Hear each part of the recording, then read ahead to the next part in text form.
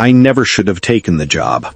It was supposed to be simple. Spend a month in an old research cabin in the Black Hollow Forest of Vermont, cataloging rare plant species for the university. Secluded. Remote. Nothing to distract me from work.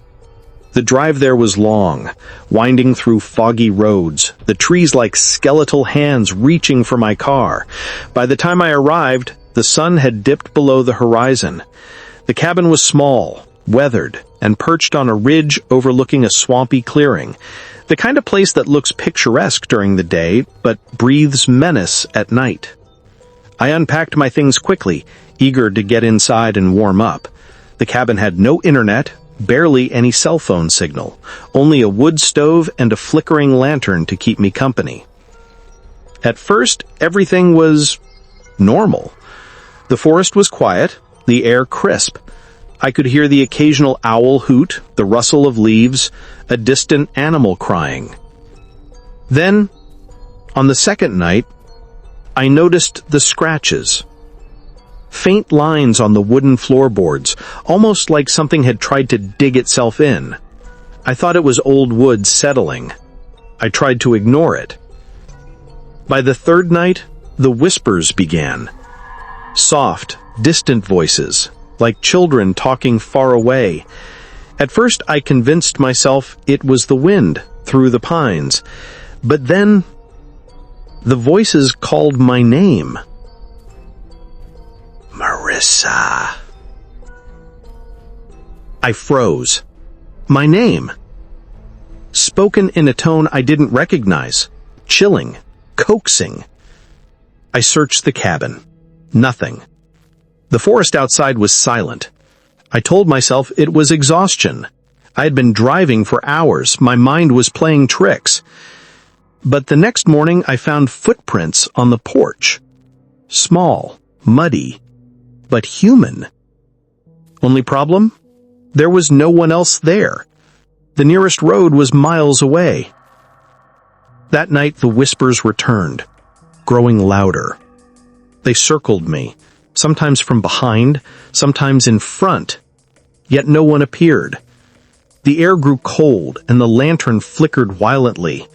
Shadows danced across the walls, forming shapes that almost looked like faces. I discovered something in the cabin that I hadn't seen before. A trapdoor under the rug, hidden beneath dust and debris. My curiosity battled my fear. I hesitated, but finally lifted it. A staircase descended into blackness. I shined my flashlight, and the beam caught symbols carved into the wooden walls, markings unlike anything I'd ever seen. I didn't want to go down. I couldn't. But curiosity, or something worse, compulsion, pulled me forward. As I descended, the air grew stifling, almost alive. I felt eyes on me. The basement, if you could call it that, was small, cluttered with old furniture covered in tarps, jars of strange herbs, and books bound in cracked leather. On a table lay a single cracked mirror, reflecting a figure that wasn't me. Pale, slender, long hair falling over its face. It didn't move. It simply stared. I stumbled back, heart hammering. And then I heard it, a whisper directly behind me. Soft, but unmistakable. "You shouldn't be here." I spun around. Empty. The mirror now only reflected me. I fled upstairs, slammed the trapdoor shut, locked it with a piece of metal I found, and collapsed on the bed. Sleep didn't come. Every shadow in the cabin seemed alive.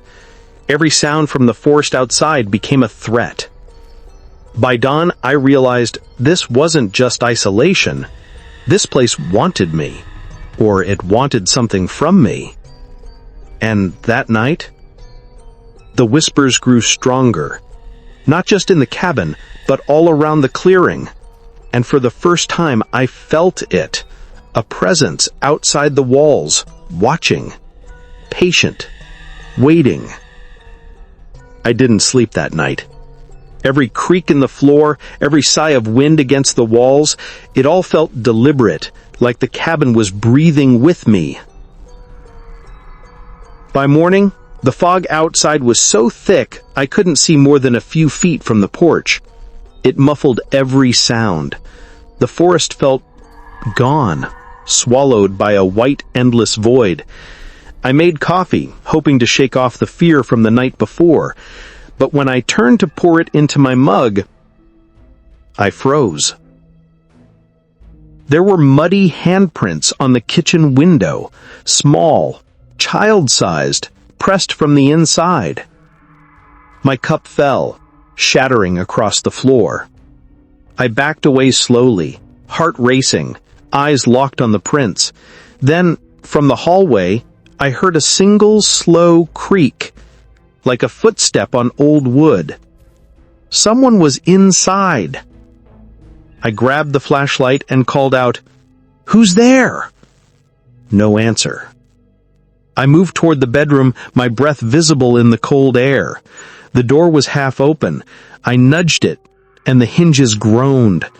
Inside, the walls were scratched again. This time, not random lines, symbols, the same as the ones in the basement. They pulsed, faintly, like veins under skin. And on the mirror, above the dresser, written in fog, were two words: "Help me." I bolted out of the room, slamming the door shut. My hands shook so hard the flashlight jittered across the walls, throwing shadows that looked human. I needed to leave. I threw my things into my bag and ran for the car, but when I got outside, it was gone. The car was still there, but the tires were shredded, the glass cracked, the hood open. Something didn't want me to leave. The fog grew thicker. The forest was silent now. No birds, no wind, no sound. I turned toward the cabin, and for just a second, I saw someone standing on the porch. A girl, maybe 15 or 16, wearing a dirty white dress, her hair black and soaked. She was barefoot. I blinked. She was gone. Back inside, the temperature had dropped. My breath fogged the air. The whispers were louder now, like a chorus echoing from the floorboards and walls. "Downstairs! Come downstairs!" I covered my ears. "No, stop!" But the whispers turned to laughter, childlike, distorted. The lantern flickered violently, casting the walls in jerking flashes of light and shadow. I ran to the trapdoor and pulled the metal bar away, screaming, "What do you want from me?" The house answered. The floorboard shook. The lantern went out. I was plunged into black. Something moved in the dark. Slow. Scraping. Closer. Closer. I swung the flashlight wildly, but the beam refused to turn on. My heart slammed against my ribs. Then a whisper right behind me. "You opened the door." I turned, and there she was, the girl. Her face pale, lips blue, eyes black and hollow.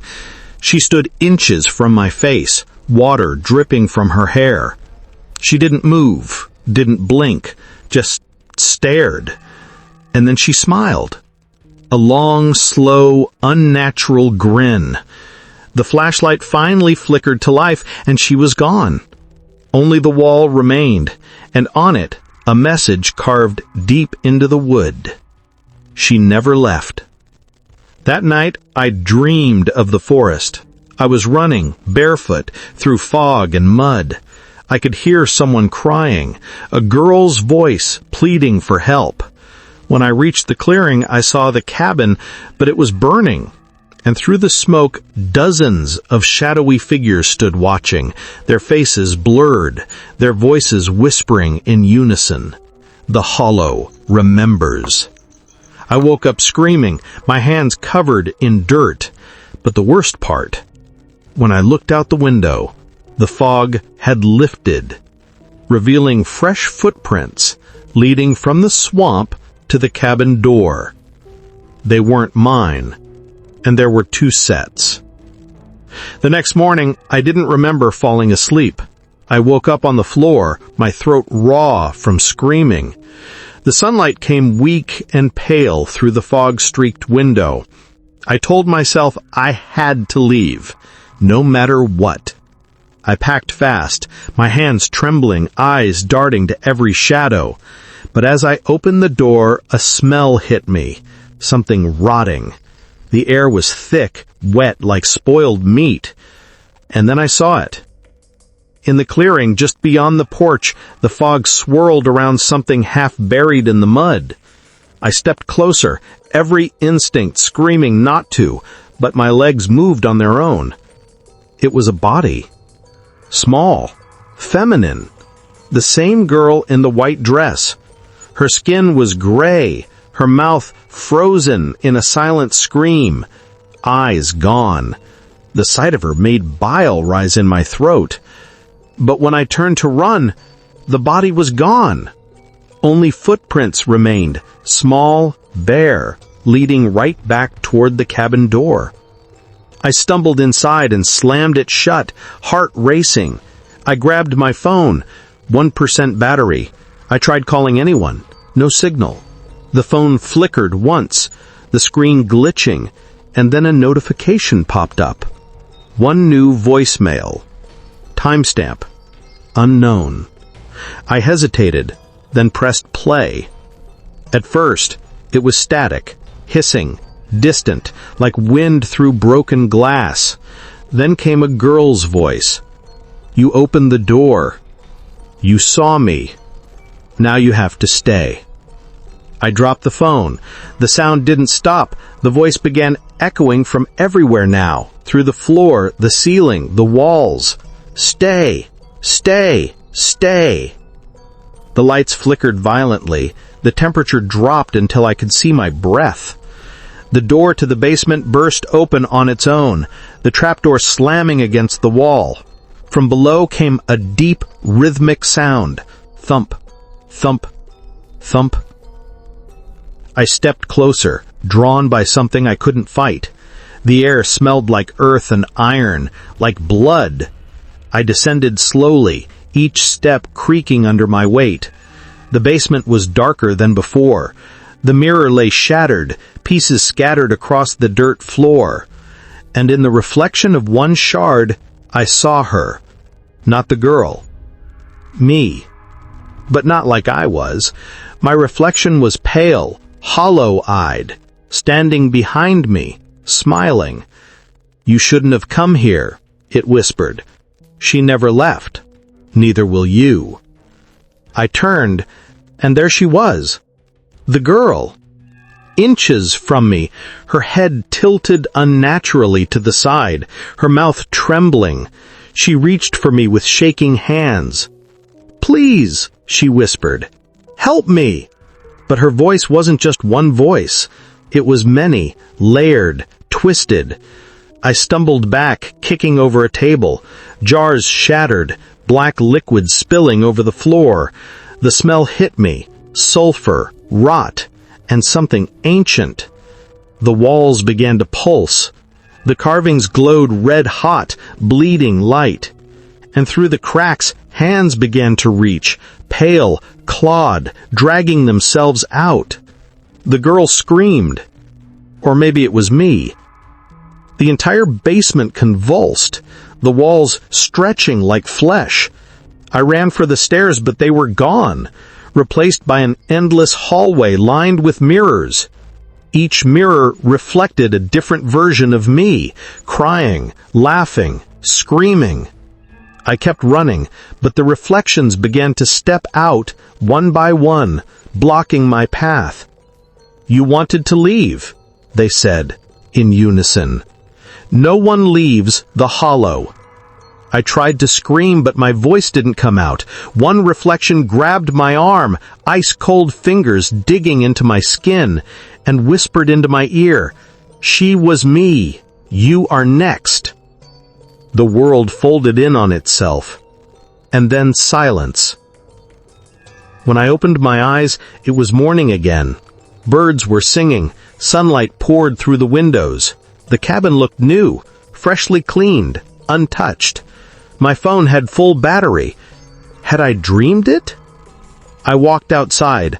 My car was fine. My bags were packed neatly. Everything looked normal. Too normal. A man approached from the trail, forest ranger, uniformed, smiling kindly. "Good morning, ma'am. You must be our new volunteer researcher. Surprised you got here early. The last one just left last week." I frowned. Last one. He nodded. "Yeah, a woman named Marissa. Stayed here alone for a month. Nice girl. Shame about what happened, though." My chest tightened. What happened to her?"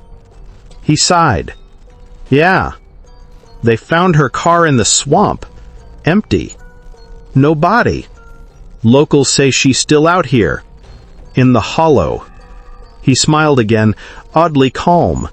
"Anyway, welcome to Black Hollow Cabin. Hope you enjoy your stay." Behind him, in the reflection of his truck's window, I saw her. My face, pale, hollow-eyed, smiling, from the woods.